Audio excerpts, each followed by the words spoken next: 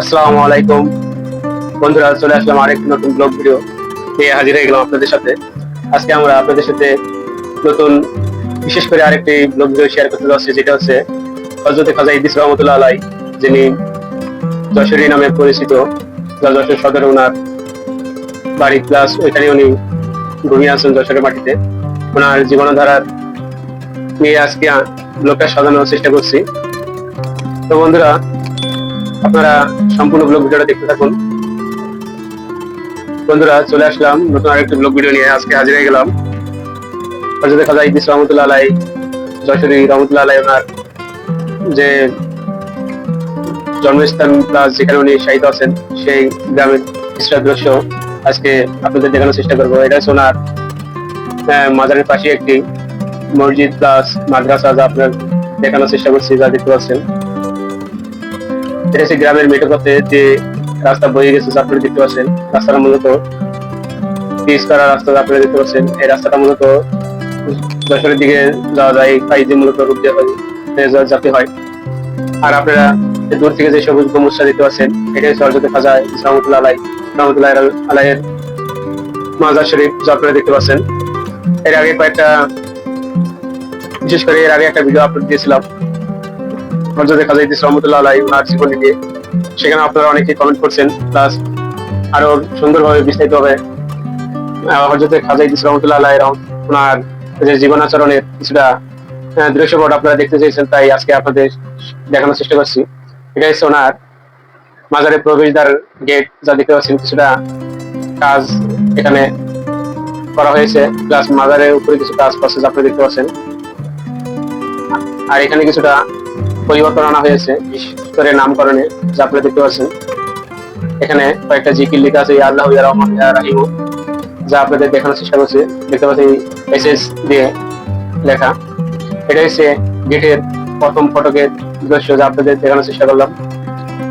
এখন আমরা আস্তে আস্তে আরো ভিতরের দিকে যাওয়ার চেষ্টা করবো। দেখেন, খুবই সুন্দর এবং সজ্জিত কারুকাজ এই গেটের ভিতরে দিয়ে। এখন আমরা গেট দিয়ে ভিতরে প্রবেশ করলাম, যা দেখতে পাচ্ছেন। খুবই সুন্দর। আর এই পাশে যে আপনারা চিত্রগুলো দেখতে পাচ্ছেন, যে চার কোনায় চারটি যে ত্রিভুজ আকারে যে গম্বুজ রয়েছে, দেখতে পাচ্ছেন পিলার মতো, এগুলো নতুন করে ওঠানো হয়েছে। আর প্লাস এই সাইডে কিছুটা কাজের দৃশ্যপট আপনাদের তুলে ধরার চেষ্টা করলাম। আর এই সামনের দিকে দেখতে পাচ্ছেন যতটুকু চোখ যাচ্ছে, একেবারে ফাঁকা জায়গা যতটুকু, এর ভিতরে মূলত খাবারের আয়োজন করা হয়। আর এই পাশে বিশেষ করে যারা দূর থেকে এখানে আসেন, তাদের এখানে থাকার কিছুটা ব্যবস্থা করা হয়েছে, যা দেখতে পাচ্ছেন। গেটের বাইরের মুখ আর ভিতরের মুখ সেটা একইভাবে ওনার জীবনাচরণ লেখা আছে, যা আপনারা দেখতে পাচ্ছেন। আর এগুলো মূলত কিছুটা মার্বেল পাথর দিয়ে কাজ করা হয়েছে, যা আপনারা দেখতে পাচ্ছেন। আস্তে আস্তে আরো কাজ সামনে আগাবে ইনশাল্লাহ, সেটা আমরা আশাবাদী। এখন আমরা আরো সামনের দিকে আসার চেষ্টা করছি। দেখতে পাচ্ছেন এটা হচ্ছে একেবারে মাজারের প্রথম সারির যে ভিতরে ঢোকার যে গেট, এটা হচ্ছে সেই গেট। একেবারে ভিতরে দ্বার প্রবেশের আগে একটা গেট পড়ে, যা দেখতে পাচ্ছেন। এটা মূলত অনেক আগে থেকেই কাজগুলো করা হয়েছে, এর আগের ভিডিওতে আপনাদের দেখানোর চেষ্টা করেছিলাম। আর পাশে দেখতে পাচ্ছেন এখানে উপরে কাজ করছে, বিশেষ করে যারা কনস্ট্রাকশনে কাজ করে, তারা এখানে কাজে সহযোগিতা করছে।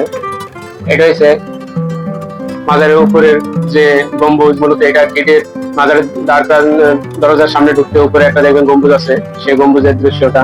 আর চারপাশে কিছুটা বাউন্ডারি দেওয়া হয়েছে, দেখতে পাচ্ছেন, কাঠের ফ্রেম আর কিছু নেট দিয়ে, বিশেষ করে গৃহপালিত পশু যেন ভিতরে প্রবেশ করতে না পারে। আর এটা হচ্ছে মাজারের দক্ষিণ সাইডের গেট। ওই গেটটাও সবসময় বন্ধ থাকে, শুধুমাত্র যখন বাৎসরিক আমাদের অনুষ্ঠান হয় ওই সময় খোলা রাখা হয়। আর বাৎসরিক অনুষ্ঠান হয় প্রতি এই 18 ফাল্গুন, যা আপনারা অনেকে অবগত আছেন। 18 ফাল্গুনে ওনাদের এখানে অনুষ্ঠান হয়ে থাকে। পাশে ছোট একটা পুকুর ছিল, আর পাশে কিছু দেখতে পাচ্ছেন আমের বাগান আছে। আর এখানে একটা আমের গাছ আছে, দেখতে পাচ্ছেন। কিছু আম আপনাদের দেখানোর চেষ্টা করলাম। তো বন্ধুরা, আপনারা কে কোথা থেকে দেখছেন অবশ্যই কমেন্ট করে জানাতে পারেন।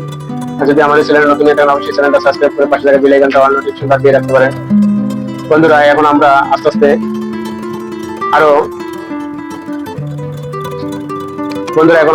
একেবারে ভিতরে যাওয়ার চেষ্টা করবো, যা দেখতে পাচ্ছেন। এখন আমরা একেবারে ভিতরের দিকে চলে আসলাম। আর এই গেটের সামনে মূলত সুন্দরভাবে লেখা আছে যে মাজারে কেউ সেজদা করবেন না, যা আপনারা দেখতে পাচ্ছেন। আর মাজারে অবশ্যই সেজদা করা সম্পূর্ণ নিষেধ, এবং কেউ মনের ভুলেও সেজদা করবেন না। এটা হচ্ছে এর আগে যে গম্বুজটা দেখেছিলাম বাইরে থেকে, সেই গম্বুজের দৃশ্য।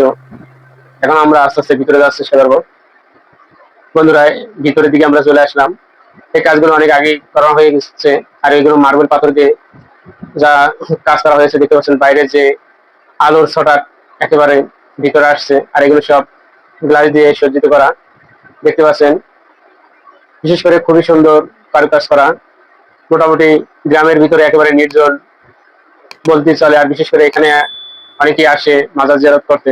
আসলে অনেকের বিশেষ করে মনটা নরম হয়, আল্লাহ ও আল্লাহ রাসূলের প্রতি আনুগত্য পোষণ করতে মনে জাগ্রত বোধ হয়।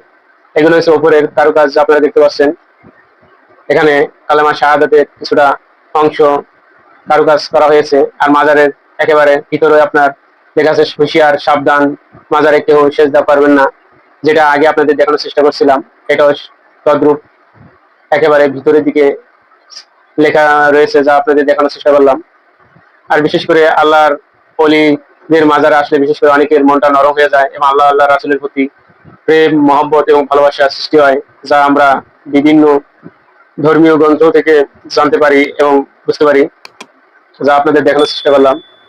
আর এটা হচ্ছে হযরত খাজা ইদ্রিস রহমতুল্লাহ আলাইহি ওনার যে কক্ষে শুয়ে আছেন, কক্ষে মূলত একটি দরজা দেখানোর চেষ্টা করলাম। আর যে গেট দিয়ে আসছিলাম সেই গেটের এটা অংশ আপনাদের দেখানোর চেষ্টা করছি। এটা পুরোটাই চারি সাইডে এরকম কারুকাজ দ্বারা সজ্জিত দেখতে পাচ্ছেন, বিভিন্ন ক্যালিগ্রাফি দ্বারা সজ্জিত আছে। আর ভিতরে টাইলস এবং মার্বেল পাথর দিয়ে কাজ করানো হয়েছে। বিশেষ করে বাইরের যে আলো, সেটা সরাসরি ভিতরে এসে আলোকসজ্জায় সজ্জিত হয়। বন্ধুরা, যা আপনাদের ভিতরের সাইডটা দেখানোর চেষ্টা করলাম, চলে আসলাম একেবারে ভিতরের দিকে, এই বাইরের দিকে, যা আপনারা দেখতে পাচ্ছেন। আমার পিছনের দিকে আপনারা দেখতে পাচ্ছেন পুরোটাই মূলত গাছগাছালি দ্বারা বেষ্টনী, যা আপনাদের দেখানোর চেষ্টা করলাম। আর বিশেষ করে আল্লাহ আল্লাহ রাসূলের অনুগত্য, প্রেম জাগ্রত হওয়ার, বিশেষ করে আর ওলি আল্লাহদের মাজারে আসলে অনেকটা মানুষের প্রতি বিশেষ করে প্রেম, ভালোবাসা এবং জাগ্রত হয় অন্তরে এবং মনে। বিশেষ করে যে দুষ্ট খারাপ কর্মগুলো আছে, সেগুলো আস্তে আস্তে দূরীভূত হয়। এটাই মূলত উদ্দেশ্য। আর বিশেষ করে আমাদের এই ভারত বাংলাদেশে ইসলামের যারা প্রচার করছেন, বিশেষ করে তারা মূলত ওলি আল্লাহর মাধ্যমে এই দেশে ইসলাম আসছে, যা আপনারা অনেকেই জানেন।